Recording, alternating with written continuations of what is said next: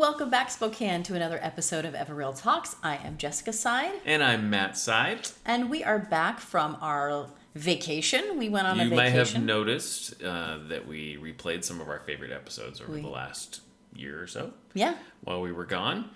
It does feel like it has been a while since we have been on the radio. It's true.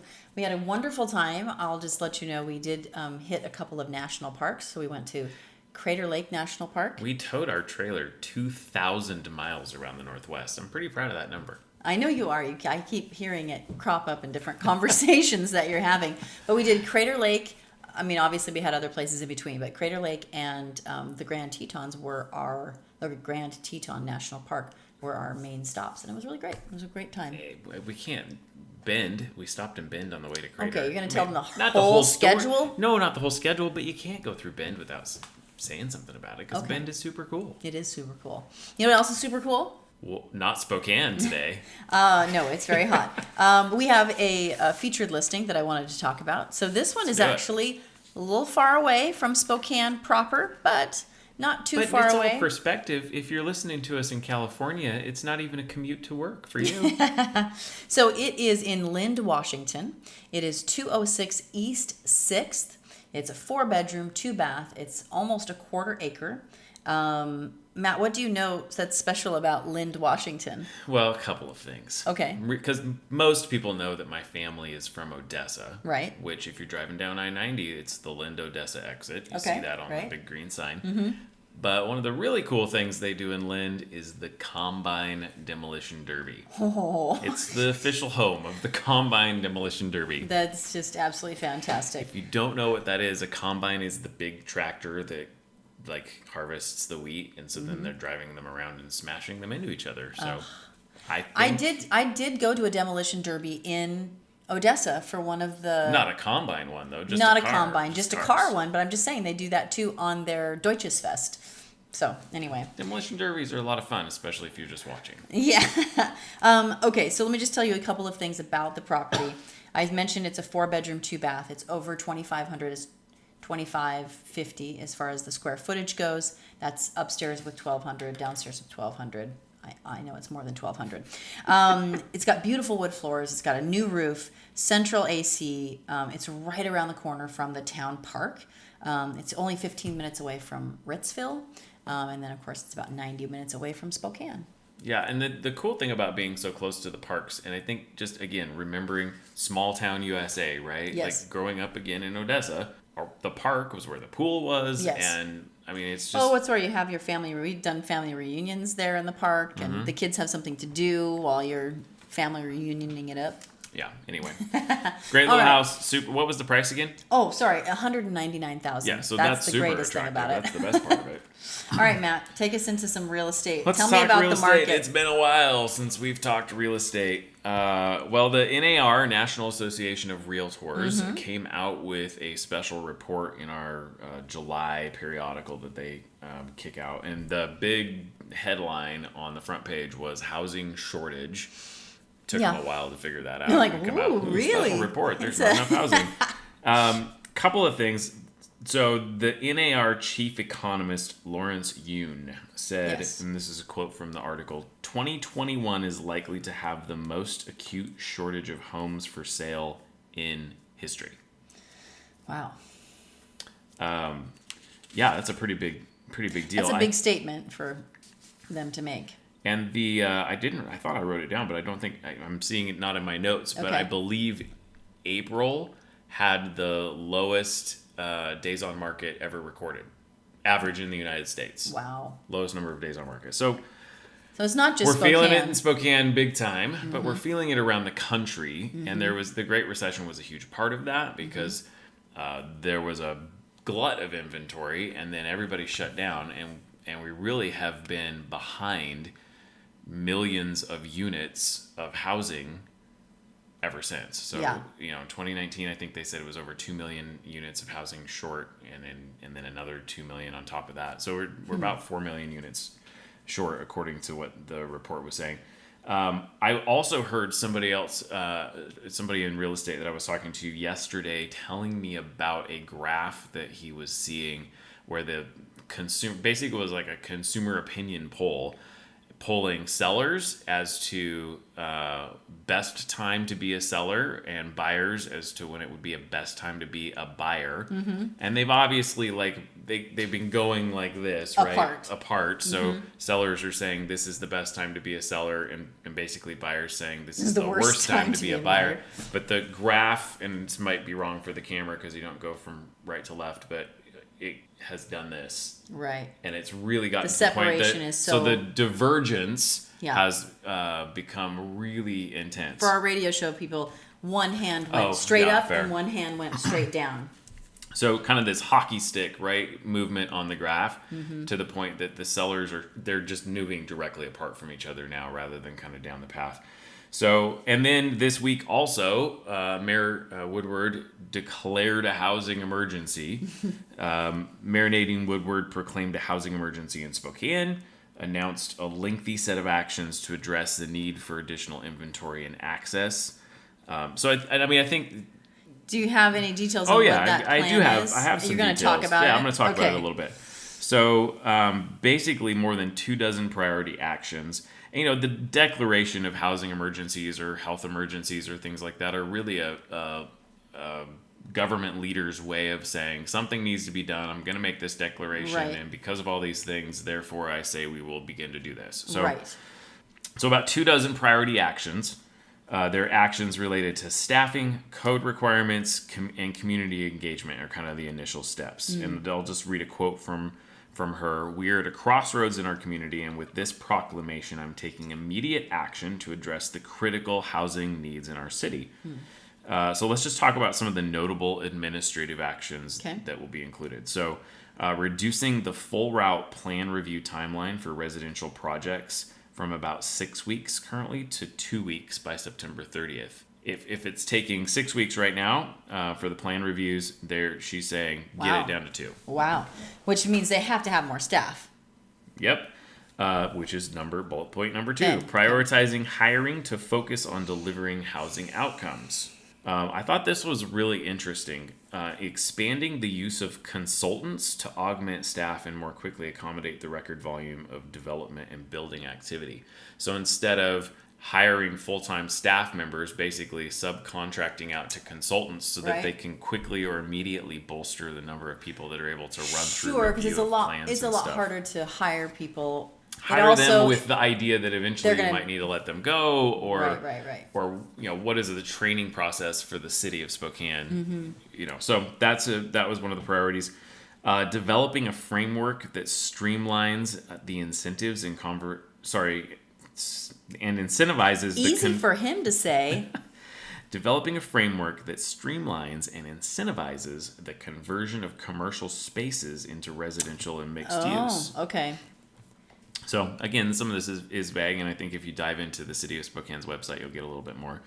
Enhancing assistance for navigating regulations on smaller units and infill development in the form of a concierge service. Idea being that I want to do this project, but I don't really know how to do it. So someone to kind of walk you through. A concierge that can kind of help you navigate. Concierge. Okay. What? Concierge? Nobody says concierge. Yeah. Just like your mom says horror. I know it's the right way to say it. It's a concierge. Okay. It's French. Oui, oui. God. Continue. It has been a while since we've been Continue. Maximizing the use of existing revenue sources made available through recent state legislation. Woodward's proposal also contemplates working with the legislative branch of government on budgetary and municipal code solutions. Among them, so we've got more. Okay. So some of the code solutions, staffing at additions to support permitting review needs. Okay. So that speeds up permitting.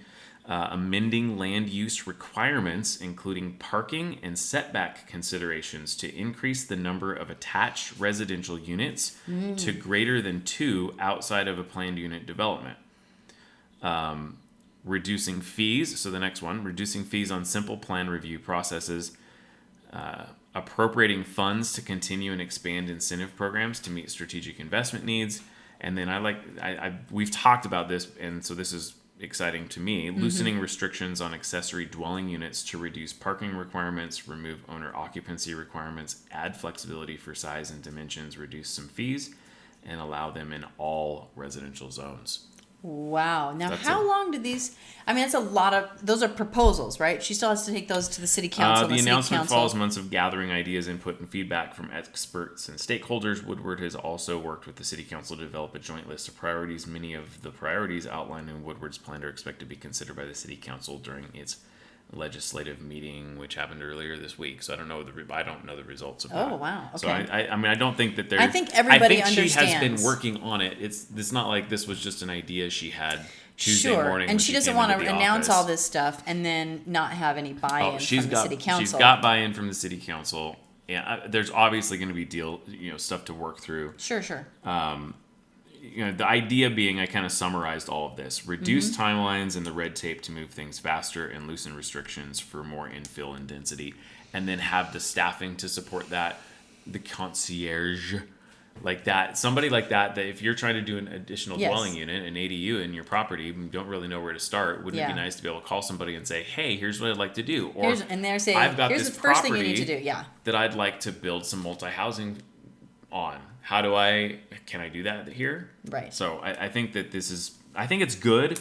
Somebody I was talking to earlier this week was frustrated because he felt like it was kind of a media, like, oh, it's a housing emergency, and it was going to freak people out and make it so buyers were. But I really think at the end of the day, if you dig into what it is, it's about taking action to help us get more inventory, which I think is kind of the flip side of this. If we're going to look at the numbers really quick, because it kind of matches right in with this. And some of this is very much just seasonal, but our active listings have gone up 21% in inventory since the last time we did this at the end of June. Sure, but that's not any change in the actual housing.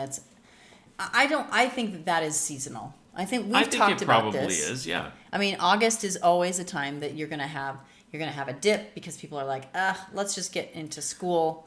I will say this, though, for any listeners out there that are buyers in the market, get off the couch or come home from the lake. It's time to get on your horse and be a buyer in the market, because all of a sudden, even if it's only for a handful of weeks, which it probably is, September 10, 11, 12 is when it kind of kicks back into gear after school starts.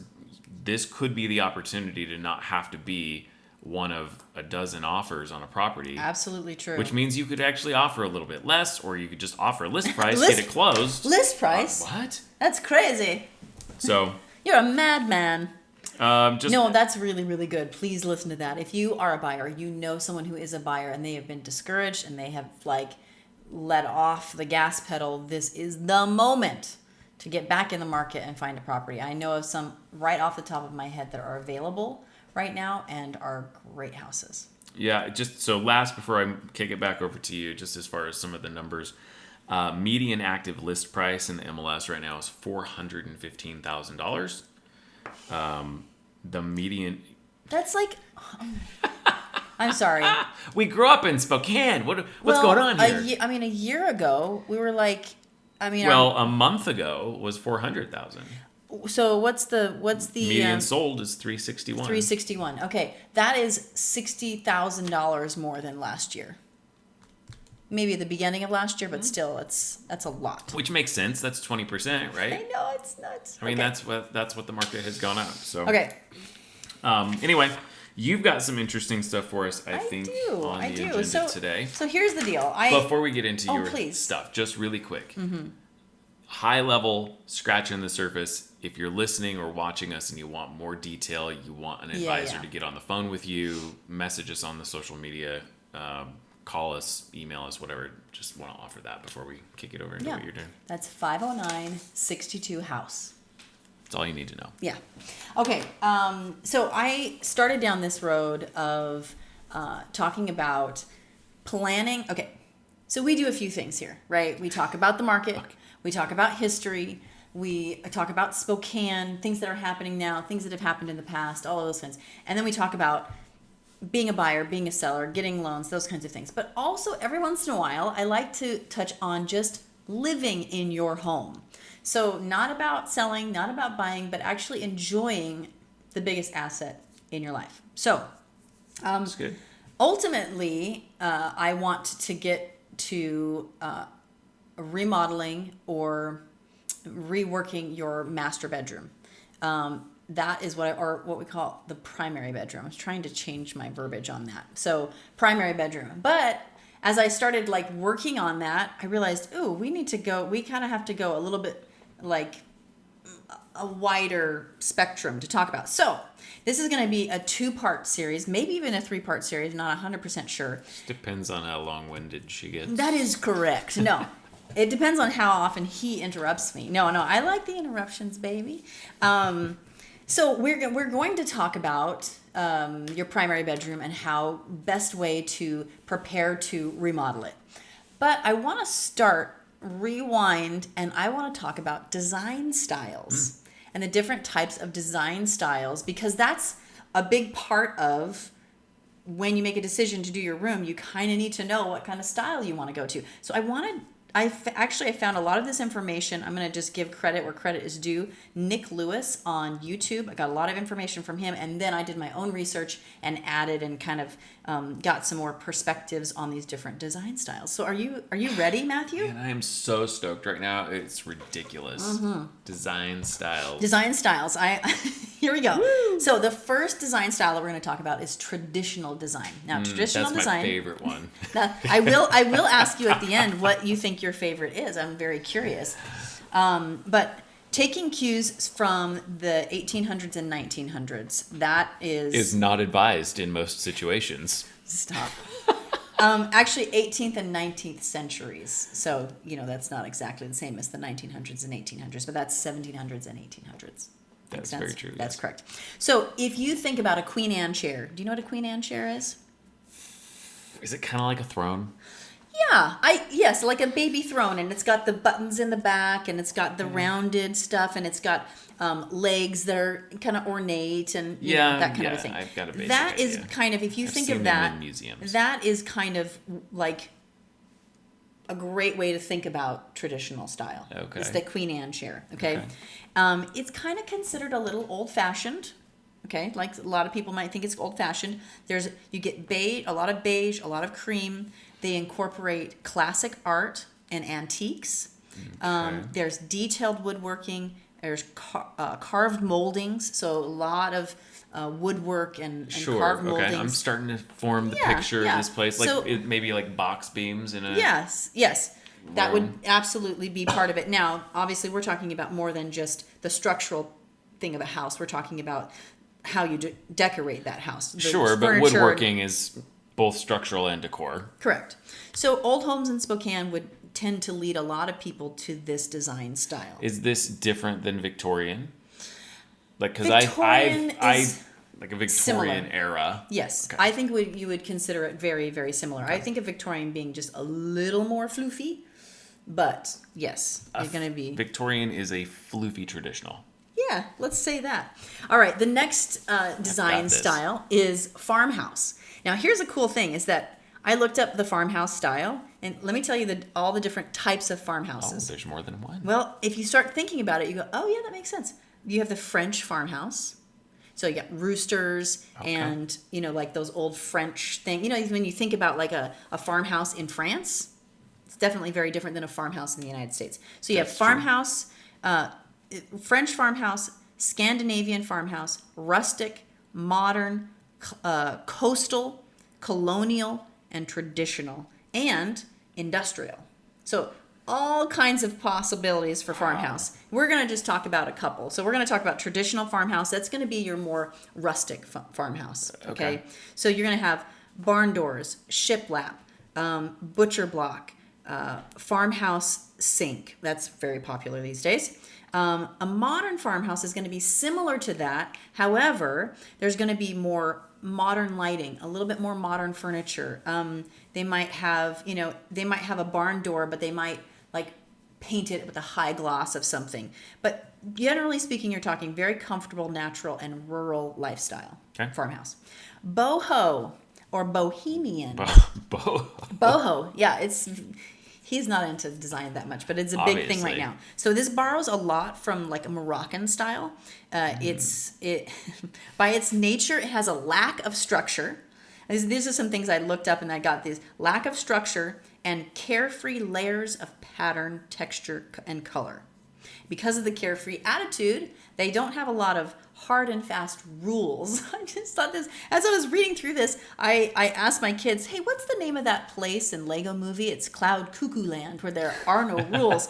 That's kind of bohemian style a little bit, where, for instance, when you have hard and fast rules, like minimalism has absolutely hard and fast rules. Sure. About what is and what is not, where this is very different. So you're going to have an eclectic mix of colors, patterns, textures. Has a very relaxed, but it's globally inspired. So you're going to find cool, that's when I say Moroccan, right? It's going to have that global influence. Okay.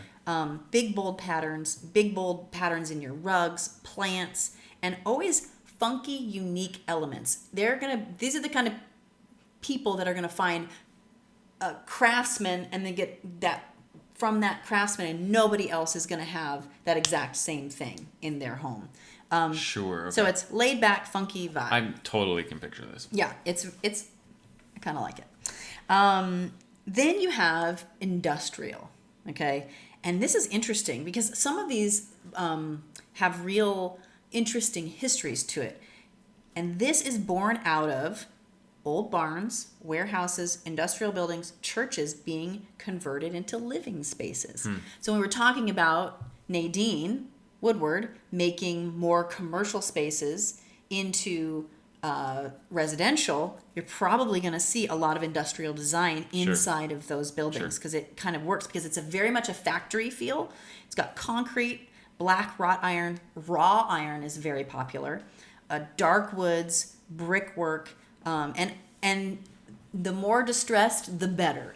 You're going to have distressed and reclaimed wood is also very popular in this design style.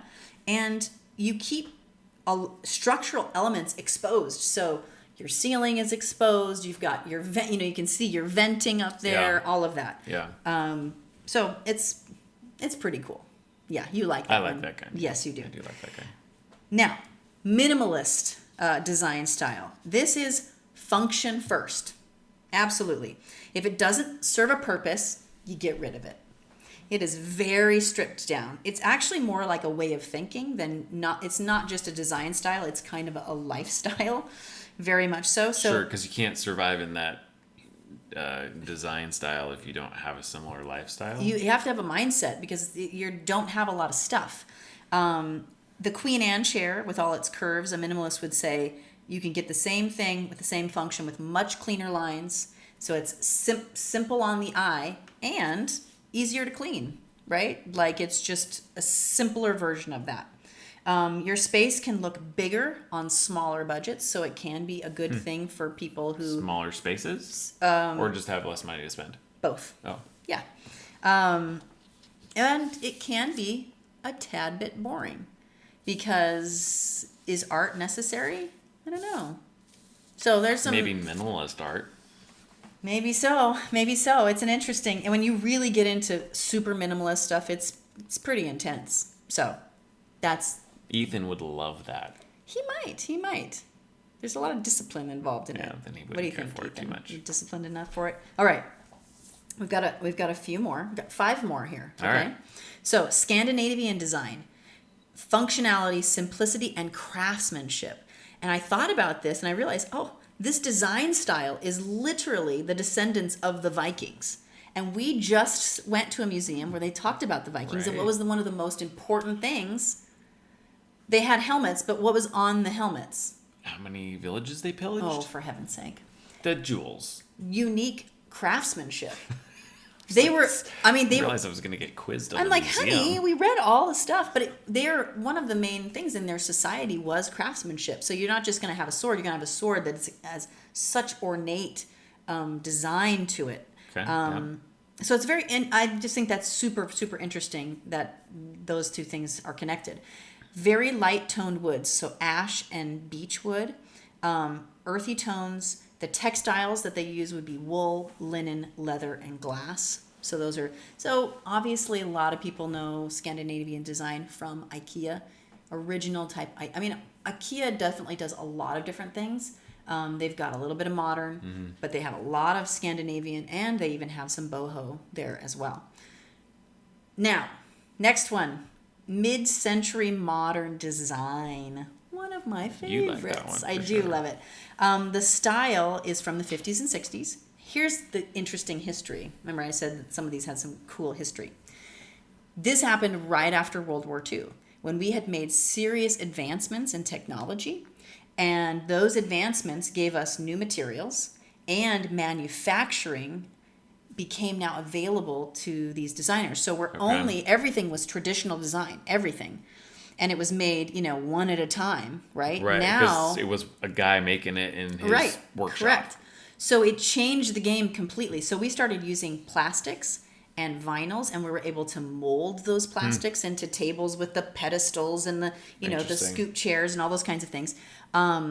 So what they did is they took that traditional design, that Queen Anne chair, and they stripped it down, right? And they made it to be able to be manufactured for the masses.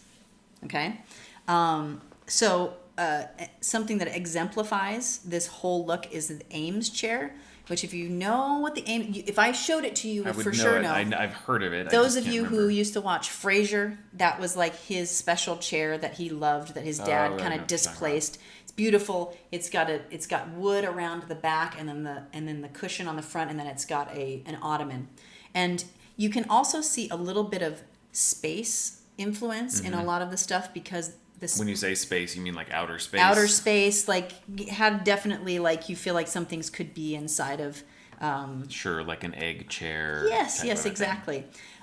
It's a really beautiful design period, and it was bringing out the best in a lot of designers. Like, they were getting really into making furniture. All right, coastal design. So this is the beach house look. So you got linen, big windows, and lots of light. Your colors are white, blue, and a little bit of beige, because they're trying to represent surf, sand, and sky.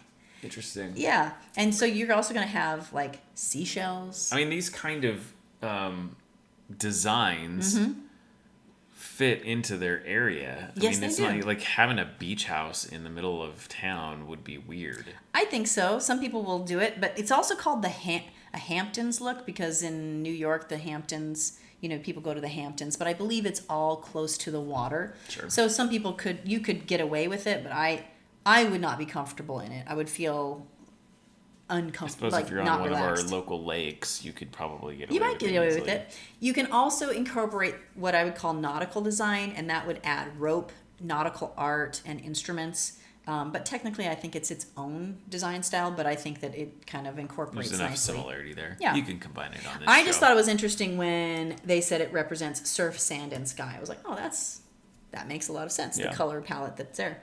So then you have the last two. We have glam design. Glam. Glam is luxury, glitz, glam, gold, silver, Glam stands for glamorous. faux fur, marble, velvet, anything that feels expensive, plush, dramatic, bold. These are all words that kind of, you take that Queen Anne chair, you make it bright purple, you add some white faux fur and a chandelier on a side light, on a side table with the baby chandelier on a gold table.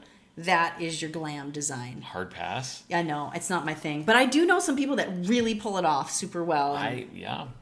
All right. Sometimes it is personality, right? Absolutely, absolutely. And this one is definitely not our personality. All right, last one, Zen.